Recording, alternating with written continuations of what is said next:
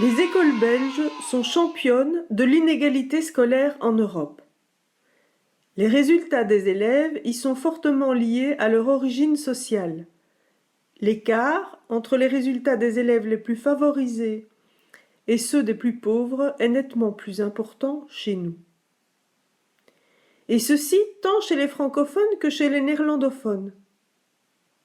Qu'ont en commun nos systèmes d'enseignement qui expliquent cette situation? Deux choses.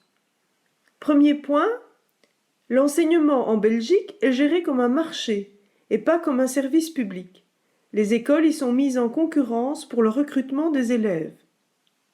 Les parents aussi sont mis en compétition pour le choix de l'établissement qui bénéficie de la meilleure réputation. Cela engendre une ségrégation qui sépare les élèves d'après leur origine sociale et leurs résultats scolaires. Aucun pays ne sépare autant que chez nous les enfants selon leur milieu. Deuxième point, l'organisation de nos écoles secondaires sépare très vite les élèves selon leurs soi-disant capacités.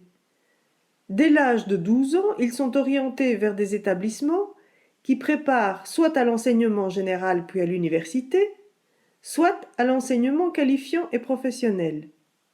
Ailleurs, cette orientation ne se fait que vers 15 ou 16 ans.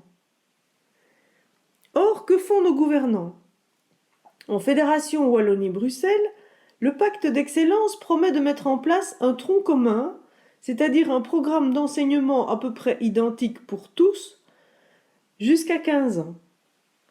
Mais sans rien changer aux structures et sans un investissement suffisant en début de scolarité, ce projet court à l'échec. On aura soit un tronc commun sur le papier, soit, comme le craignent certains, un risque de nivellement par le bas. En Flandre, c'est pire encore. Le nouveau gouvernement a carrément décidé que l'inégalité sociale n'était pas un problème. On sous-entend même que cette inégalité serait naturelle, parce qu'il y aurait des riches malins et les pauvres moins malins. En fait, à lire les programmes des gouvernements flamands et francophones, on a l'impression que l'école doit principalement obéir aux souhaits des entreprises, qu'elle doit leur fournir du capital humain.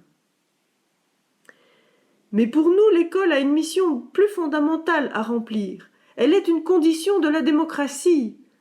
Si nous ne voulons pas laisser le pouvoir entre les mains de quelques spécialistes, des élites ou de puissantes transnationales, alors il faut apporter à tous les futurs citoyens les connaissances qui permettent de comprendre le monde et de participer à sa transformation.